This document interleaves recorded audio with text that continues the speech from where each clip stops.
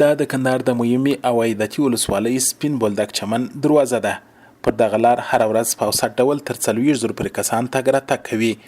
د کندهار د سپین بولدک پر دروازه د زرګونو کسانو تګ راتګ هغه کسانو ته هم د کاروبار زمینه برابره کړې چې د سیمې خلک ورته لغړیان وایي. لغړیان پر خپلو وژو او یا هم کوچنۍ کراچیو کې د مسافرو غوټي او ناروغ کسان د دروازې یو او بل لوري ته د پیسو په مقابل کې لیږدوي. 15 کلن محمد خان له زیات وخت راهیسې د کندهار په سپین بولدک ولسوالۍ کې لغړیتوب کوي. نوموړی وایي د کورنۍ یوازینی سرپرست دی نو یې ځکه دغه سخت کار ته زړه ښه کړی.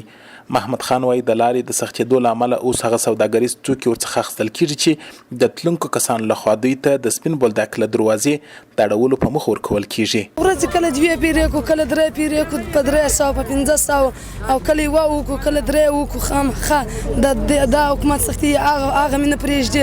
دا کپړه او دا شی باندې مثال دروازه باندې کله 2 جمعې په ورځ چټي د مکمله لغړیان د نیمه زما کور په چمن کې دي، د ګرده څلور سار پیپیر د نیمه کورونه په بولدک کې په شهید کې دي، زموږ کور چې دی په چمن کې دی او دلته مې کور هم دي، د کاګان کورونه دي. لغړتوب کوو په چانس کې بیا موږ نه سو ورکلی. د چمن او سپین بولدک ترمنځ پر دروازې نږدې 12,000 کسان د لغړیانو په نوم کاروبار کوي چې ان ځینې معلولین هم پکې شامل دي.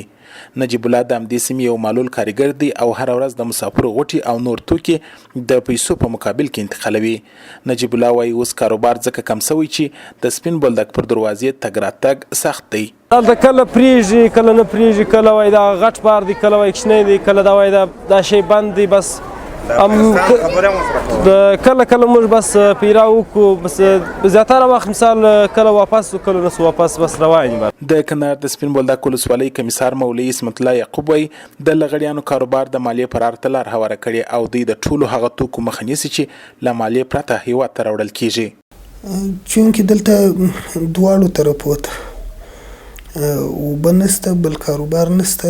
که د چمن خلک دي که د بولدک خلک دي، د هغه روزګار دی. نو زموږ د سروې مطابق د 10,000 څخه د 12,000 پورې کسان دو طرفه اوړي او راوړي د لغړیانو په نامه باندې. ټول هغه څه اړوي چې هغه ممنوع الخروج نه وي او ټول هغه څه راړوي چې هغه ممنوع دخول نه وي. په هیواد کې د سیاسي بدلون راوروسته بهرني هیوادونو د افغانانو په وړاندې خپل شرایط سخت کړل چې له دې ډلې یو هم سپین بولدک چمن دروازه ده چې تګ راتګ د پخوا په پرتله ورباندې څو چنده سخت شوی دی.